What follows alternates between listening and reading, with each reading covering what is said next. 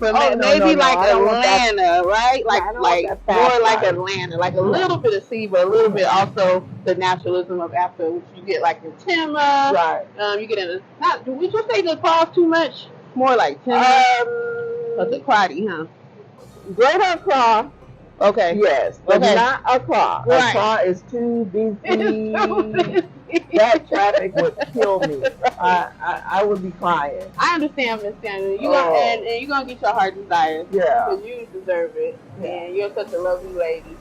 And plus, my daughter, they're in Timma. They started this business, and so she wants me closer to her as well. Doesn't want to be 4 or 5 hours away, Mom. That's just so she wants you closer to her as well. So we think about doing that, getting closer. Yes. So what? Would you want to shout out her business or give her any? What do you guys do? They started. They have a barber shop. Ooh. They opened up a barber shop. Okay. Her and her husband opened up a barber shop. That's what's good. That is a good business to get into. Beauty anywhere over the world. I tell everybody. I think so. I was thinking about opening the salon when I get here. So that's down the road though. Yeah. So, okay. So what do you like to do as far as like? Do you have any like hobbies you like to do here in Africa, or do you make anything? Do you do any type of? You just relax every day? What do you do? I'm just relaxing. My thing, what I really like, is gardening. Okay. And where I'm renting, you know, I don't know why they want to cement up every little piece of land. Why? You want some soil? I want some dirt. I want but everything is cemented, so I can't really. Well, I have an idea you could do temporarily, what? Which my granny does. Well, she did. She passed away, but she did. She got some wooden, what do you call those, beds? She raised them up, so she didn't have the same problem. She filled it first the bottom with like wood, and then she filled the second layer with mesh, like, you know, just all kind of greenery, bricks, sticks and leaves and all that. And then she put that black top soil on it. And you have to put, it has to be a certain thickness, so the wood has to be at least like that. And then, you know, nice little bed, probably about 12 feet long. And she was able to do about 4 of those in her backyard, and it gave her a sense of a garden. So I would say, and guess what? When she was ready to go, because she did move, my grandpa moved into her own house after that, and then they broke it down, and just moved away. So that's it. If you need to feed your feeding soul, like your gardening soul, you can do that temporarily. And you just gotta buy some wood and have some of them young boys build you some beds and raise them up and just put that in there just for the time being. That's all I say. That's true. That's a good idea. So yes, ma'am. Because that's what I want on my land too. I want to go outside. So would you ever consider raising animals on your land? Like chickens or something? Where do you stop? Because goats. They eat a lot of goats here. Yes. So I think goat would be good to raise. I don't want to do chickens. Okay. No. Maybe turkey. Because I think there's enough poultry business here. But turkeys, I don't see a lot of turkey. Yeah, there's not a lot, but they do have them in some places. Yeah, they have it, not a lot. but not a lot. Okay, well look, maybe you start the turkeys and you just hire someone to kill them and cut them and smoke them. Yeah. Well, you can sell some smoked turkeys. Let's get them cooked on smoked turkey meat out here. Yes. Put that in the palava sauce. Yes. Some of y'all, that flavor. It's real good, y'all. Oh. And then look, she could get her raised bed. Yes. Put your greens in there. They're real easy to grow. Have a smoked turkey. Let's do that. I'm gonna check with you about next year around this time. See if we got some of that going on. I'll come over for dinner. If I haven't did something with the land that I have in Asebu, I'm farming it. Yeah, that's what I was gonna go out there and fly that up, and it's gonna be garden. And like, you have to build a home somewhere. I'm putting a shed over here. No, that's what they said. That's all you need is a structure, right? And you know who builds really good storage and structures? This one back here. He just did mine. I'm gonna show you a picture of it. Beautiful storage. He project managed it. Everything straight as a board, child. I said, look at what. You know, if there's a will, there's a way. You know, guys. So yeah, that's all you gotta do is build a structure, build your fence, and start gardening. I had already started on. I think my wall is about this high. Yeah. You know, okay. Yeah, I had started on, closing in the property. I didn't finish it, but I got about this high. And then they sitting there trying to bug you about the land. So where is that now? Where they leaving you alone?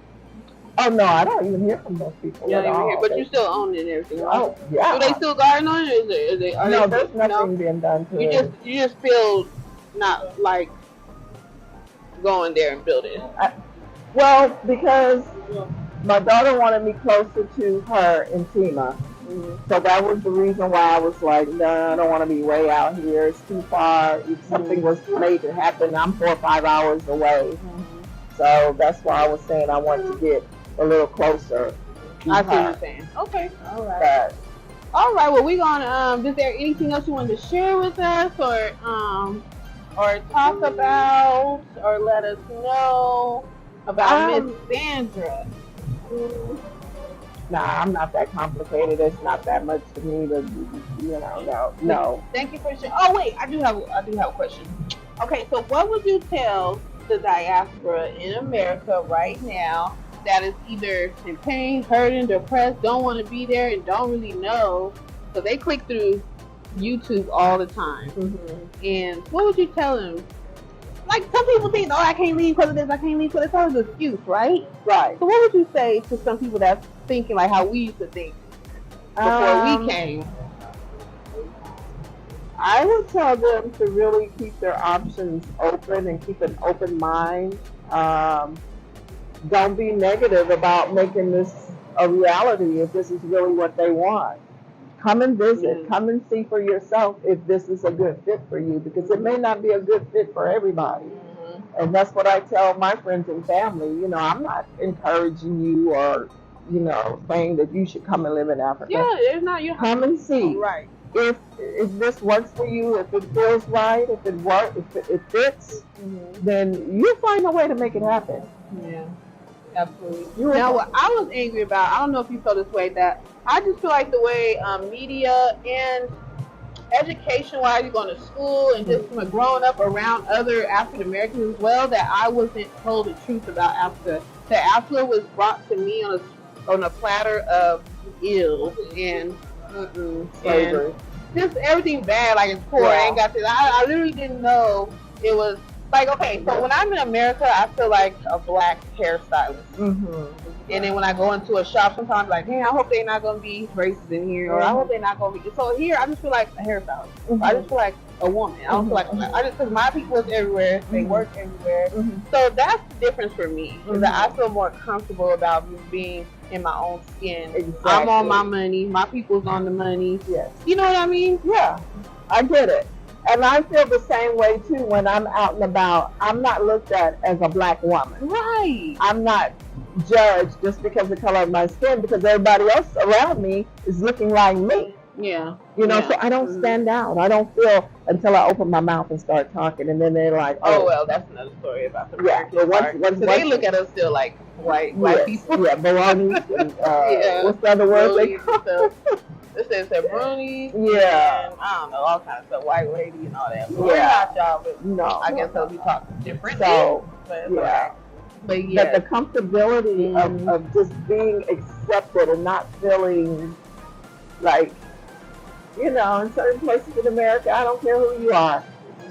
When you walk in a place and you're going to have some people looking, giving you that attitude like, why are you here? Mm. Yeah, we gotta ignore them. Yeah. Guess what? I deserve to be here. You're still gonna get it. Yep. You still will get it, and we, of course, we learn to deal with it and ignore it. Well, what I have to do is you have to ignore it, because I deserve to be here just as much as they do. And guess what? They could be American just as much as I can. Like, but God made all of us. Yeah. God made us all.